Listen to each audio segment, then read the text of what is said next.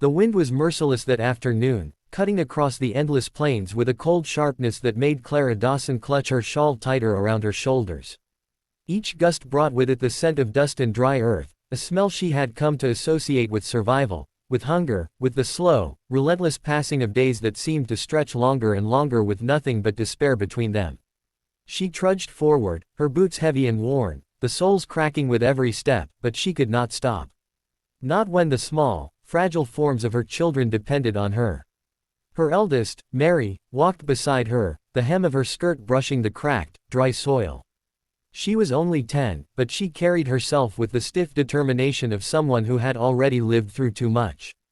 Behind them, little Thomas clung to her side, his hands cold and trembling, and in her arms she carried baby Eli, whose thin cries pierced Clara's chest like icy knives. She had tried to feed them scraps, roots she had dug from the dirt, and the occasional half-rotted vegetables she found along the edges of abandoned farm plots. But it had been 5 days since they had truly eaten, and the children's faces were pale, their eyes sunken, their bodies growing weaker with each passing hour. She looked across the prairie and squinted against the harsh light of the low sun. In the distance, she thought she saw a thin curl of smoke rising above the horizon. Her heart caught in her throat. Could it be? Could there be someone there, someone who could help? She had asked for mercy from neighbors before, only to be met with pitying shakes of the head or quick excuses to turn her away. But this time, she had no choice. She adjusted the strap of the basket she carried, which contained the few possessions she had managed to salvage from the homestead that had been hers and her late husband's. Their small plot of land had been claimed by a bank after his sudden death, leaving her with nothing but memories and the clothes on their backs. She swallowed her pride. If there was a chance of help, she would take it, no matter how humiliating the act might feel. Her horse, a small, aging mare she had borrowed from a neighbor too poor to afford kindness but not poor enough to refuse outright, stumbled under her weight. Clara gritted her teeth and steadied the animal, whispering softly to it as if her words could will it to keep moving. Her children pressed close, shivering, their exhaustion mirrored in their unsteady steps. Every step forward was agony, but she forced herself to go on. She had to. They had to eat. They had to live. The ranch came into view slowly, its fences tall and well maintained, the barn freshly painted, the cattle grazing fat and healthy in the fields. Clara's heart leapt and sank at the same time. The sight of it made the ache in her stomach sharper, a cruel reminder of what they no longer had. She almost turned away, ashamed to ask for help, ashamed to show the desperation etched into her face and her children's. But the soft whimper of Eli in her arms stopped her. With a deep breath, she walked up the path to the house. Her hand hovered near the door, hesitant, and for a moment she wondered if she would have the courage to knock. Before she could decide, the door opened. A man stood there, tall and broad-shouldered, hat in hand, his eyes sharp and clear as they studied her. He was dressed in work clothes, worn but clean, his boots caked with mud from tending the fields. There was an air about him of quiet strength, the kind of man who did not need to raise his voice to command attention. Clara's throat went dry, and she felt a tremor in her hands. She wanted to turn away, to disappear into the dust and never come back. But hunger and desperation were stronger than fear. We haven't eaten in 5 days, she whispered, her voice breaking on the last word.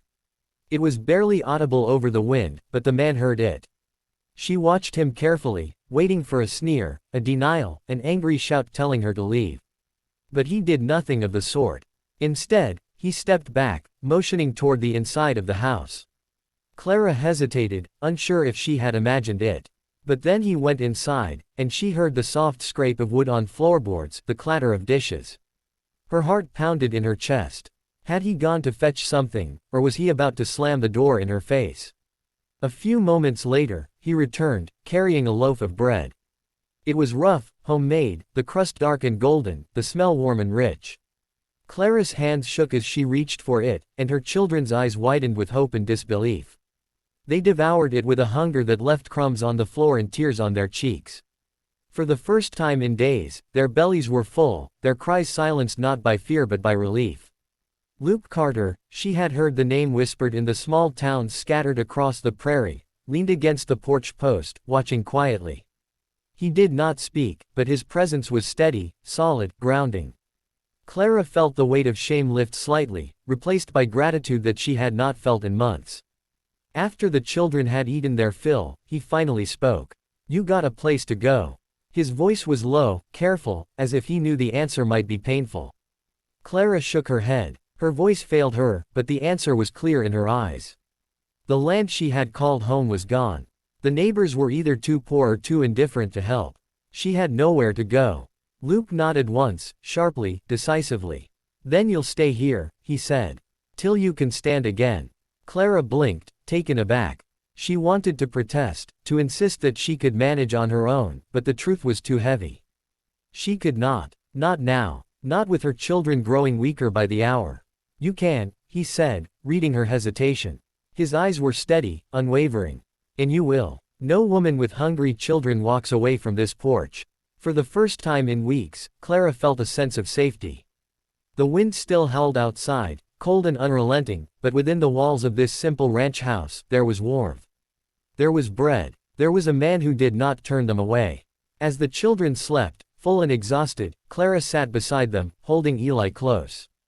Luke brought her a cup of coffee, black and steaming.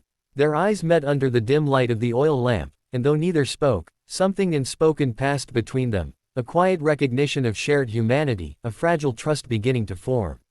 For Clara Dawson, this moment was more than a meal, more than a roof over their heads. It was hope, a fragile spark that had survived the storms of grief, loss, and hunger. And in the presence of this man, she dared to believe that perhaps, just perhaps, life could begin again. Winter came early that year, painting the plains with frost and coating the roofs of Luke Carter's ranch with a delicate layer of ice that sparkled in the pale morning light. The days were shorter, colder, and the wind no longer whispered through the fields, it howled like a warning, relentless and biting. But inside the house, warmth persisted. Not just the warmth of firelight, but the warmth of lives slowly finding their rhythm together. Clara Dawson had grown accustomed to the routine, and though her hands were often raw from chores, and her body tired from constant labor, she no longer felt the gnawing hunger that had driven her to the ranch weeks before. She had learned to find solace in the small victories of domestic life, a loaf of bread baked just right, her children laughing as they chased one another through the snow-frosted yard, even the quiet moments when the animals needed tending. Luke watched these changes silently, often from the distance of the barn or the edge of the porch. He was a man of action, not words, and it was easier for him to measure life in the rhythm of the land than in feelings. Yet he could not ignore the change that Clara had wrought in him, or the way the children's laughter seemed to heal something in his chest that he had thought dead. It was a morning like any other, the sky a pale gray, that Clara stepped out to check the chicken coop. Her shawl was wrapped tightly, and her breath formed clouds that vanished almost instantly into the cold air. Mary helped her, carrying the basket, while Thomas scurried behind them, still half asleep but eager to please. Clara noticed how much the children had grown in the past few weeks, how their eyes regained some spark, how their hands, though still small, were stronger, more confident. She felt a quiet pride that lifted some of the heaviness she carried. Luke emerged from the barn, wiping his hands on a rag, and his eyes softened when they met hers. "The coop's frozen over," he said, nodding toward the water trough. "I'll help with that." "No need," Clara said softly. "I've got it." He hesitated, but there was something in the way she held her head high, the determination in her step, that reminded him of a younger self, someone who refused to be defeated by circumstance. And yet, he knew the truth. She had been barely holding on when she arrived. The winter had tested her, and though she survived, the fight had left its mark. "You're working yourself too hard," he said, stepping closer. His tone was casual, but there was an edge of concern he could not hide. Clara shook her head, smiling faintly. "A woman works where there's reason to." That simple statement, spoken with quiet conviction, made Luke pause. He had not expected such strength in someone who had arrived at his door, broken and famished. Now, weeks later, she stood before him with an air of resilience, commanding the respect of children and man alike. The children ran off to play in the snow, their laughter echoing across the yard. Luke watched them, then looked back at Clara. She was tending to the chickens now, her movements precise and practiced, her hands steady despite the cold. He cleared his throat, unsure how to breach the growing tension in his chest, the unspoken connection that had formed between them. "Clara," his voice was low, cautious. She looked up, meeting his gaze. The fire in her eyes was a mirror to the one he felt inside himself, the one he had kept hidden for years. "I can't keep calling you, Mrs. Dawson," he said finally, his words deliberate, careful. "Not when this house already feels like yours." Her breath caught. The needle she had been using to mend his shirt slipped from her hand. For a moment, neither of them moved. The snow fell around them, soft and silent, yet heavy with meaning. Clara began, but her voice faltered. She had been expecting everything except this, the quiet claim of a man who had once seemed untouchable, the gentleness in his approach, the earnestness that seeped from every word. "I ain't rich," he continued, ignoring her hesitation. "Don't have fine things to offer.